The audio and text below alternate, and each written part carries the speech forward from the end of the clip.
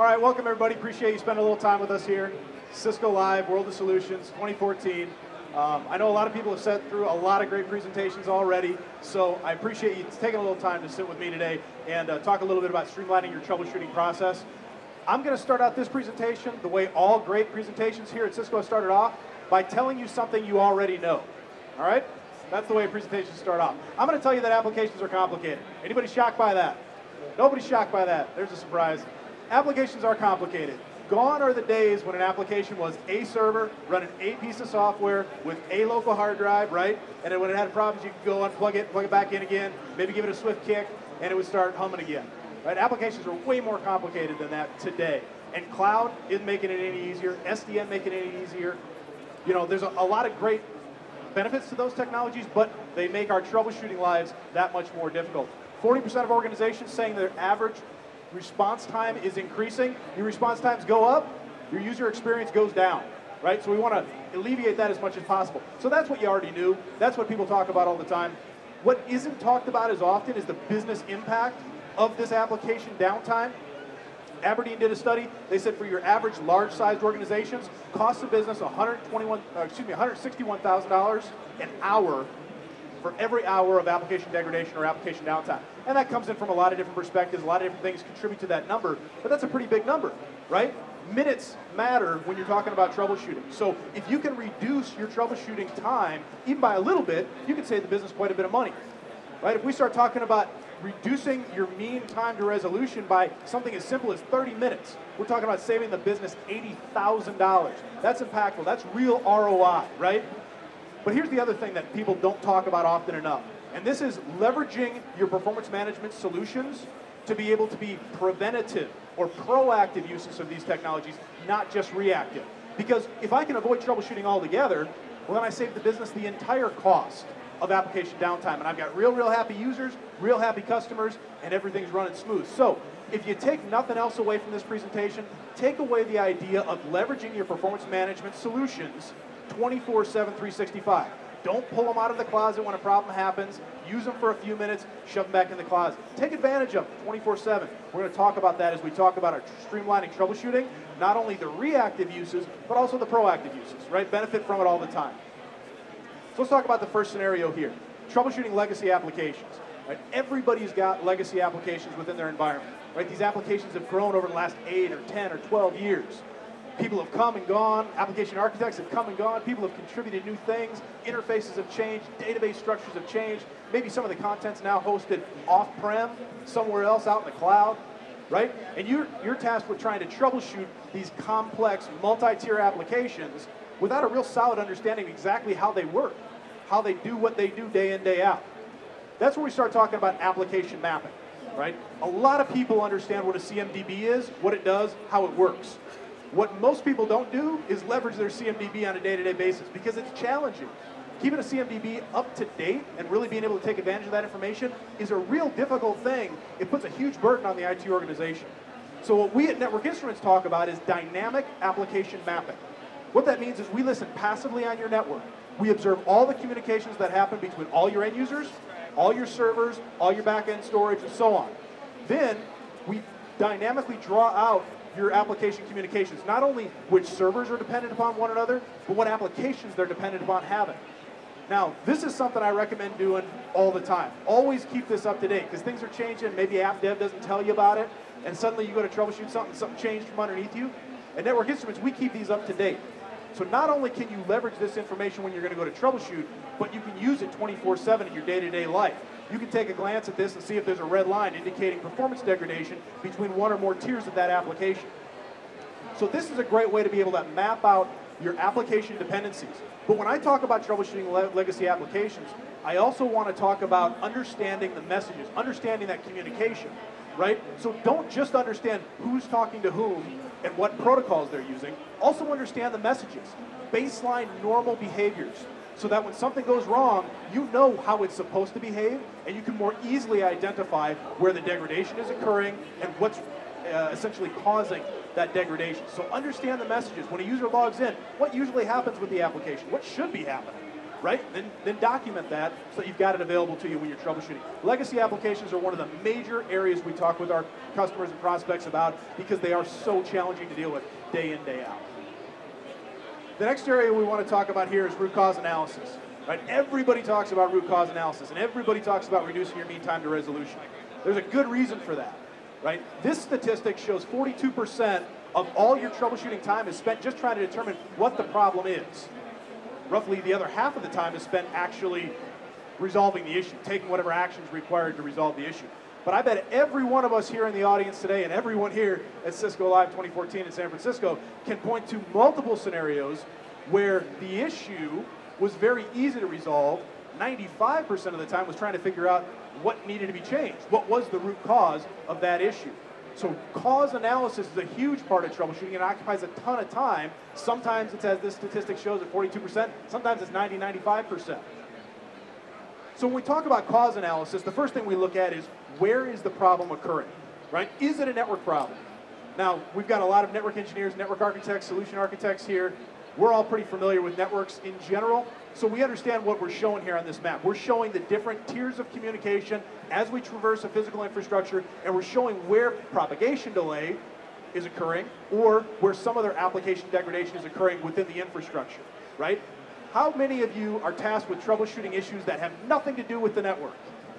Right? A lot of you. A lot of people in the audience smiling, shaking their heads, saying yes. A lot of people troubleshoot issues that have nothing to do with the network. But it's still your job to be able to troubleshoot where that issue is coming from. So not only can you see propagation delay here from hop to hop across the infrastructure, but you can put observation points pre and post load balancer, pre and post application server, pre and post storage infrastructure, right? So you can understand exactly which component of service delivery is contributing the most to a degraded user experience.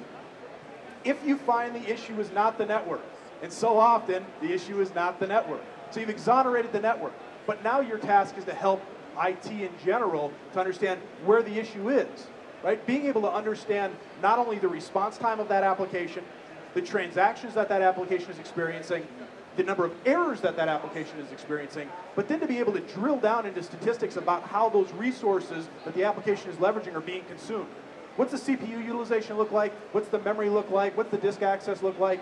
This is an example of an application that's thrashing. High response time because this application was architected poorly, and instead of keeping its commonly accessed content resident in memory, it's pushing it out to swap, right? So every time that information gets retrieved, we got to go to the disk, we got to pull that back up into memory resident, we've got to access it, and then eventually it goes back down to swap again. That's not great application development, right? So this is an environment where the degradation has nothing to do with the network at all, but the network was blamed, right? And the network engineer was able to not only exonerate the network, but also help the business to understand exactly where the degradation was occurring.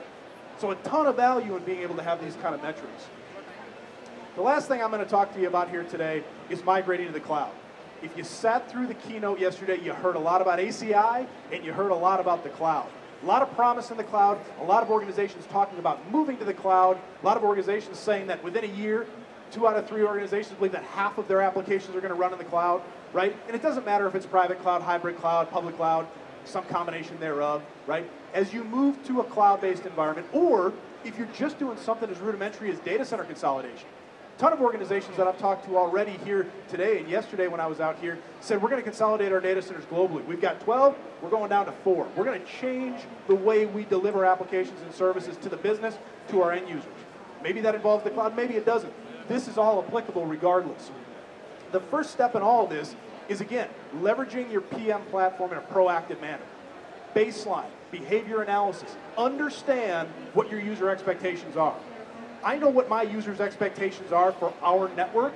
I know what the average propagation delay is that they experience. I know what the average response time is. I know how many application errors they're willing to tolerate before they get upset and calls start coming into the help queue, right? And you've got to figure that out for your environment as well. The easiest way to do that is to leverage behavior analysis, put it on the environment, let it run passively in the background, and let it produce these metrics for you. What is normal for the environment? Normal number of transactions, normal number of queries, etc. The reason that's valuable is you start to transition from one environment to another, whether it's data center consolidation or transitioning one portion or another of the application out to the cloud, is you've got to have a baseline. You've got to know what your users' expectations are. So it's all about leveraging these tools in a more proactive way. The other thing to keep in mind here is that as you start to transition these applications, you see I'm bringing the application mapping back. The reason for that is not only because I want to be able to understand which dependencies exist between the different components, but I want to understand how this application is even architected. Which elements are dependent upon which? What ports do I need to open in my firewall rules? How do I need to route the traffic? Or if, for example, I've got two components that are extremely dependent upon one another and they've got very, very low response times today, I need to understand that and I need to potentially move those elements in tandem out to the cloud rather than drastically separating them if I want to maintain the kind of performance that my users are accustomed to and that they're experiencing today. Now the benefit of all this is that once you deploy some portion of that application or the application in its entirety out to the cloud, you get the value of being able to see what was the user experience and what is the user experience. So you've got the pre and post deployment diagrams here basically depicting what had it been and what is it today, right? So being able to understand, are my users satisfied with what exists today before the phone starts ringing, right? You do this in a very iterative way, so you leverage these tools all throughout the process.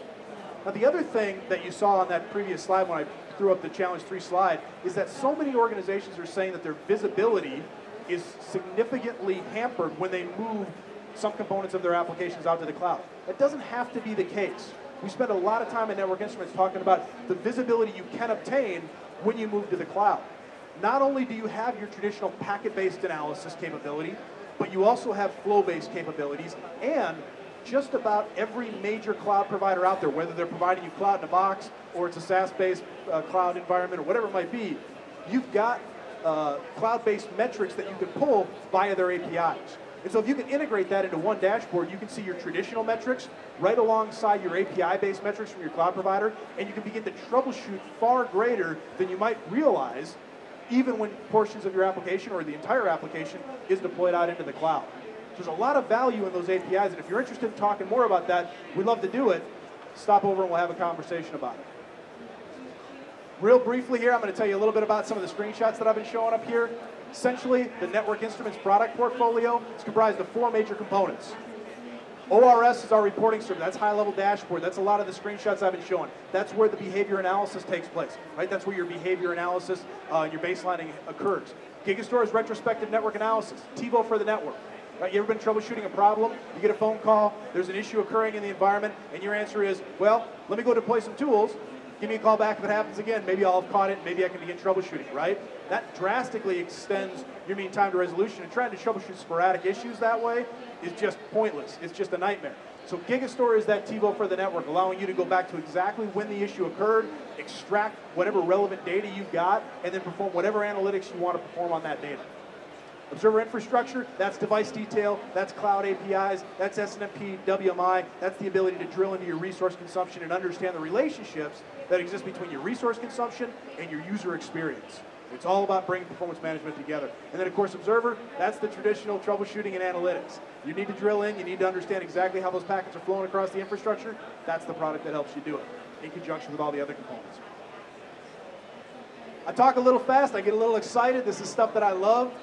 Everybody at Network Instruments really does love this stuff, so if you're interested in learning more about it, you want to talk to us a little bit more, we're about 2 rows back, that giant Network Instruments banner that you see hanging down from the ceiling, slowly rotating, that's us. Feel free to stop by. Not only will we go through everything I went through here in greater detail if you're interested, we'll also get you registered to win an iPad Air. We'll give you a protocol poster, so when you're troubleshooting those legacy applications, you'll understand what all that communication really means, how it all really works. And once again, certainly do appreciate you taking the time with us here at World of Solutions. Thank you.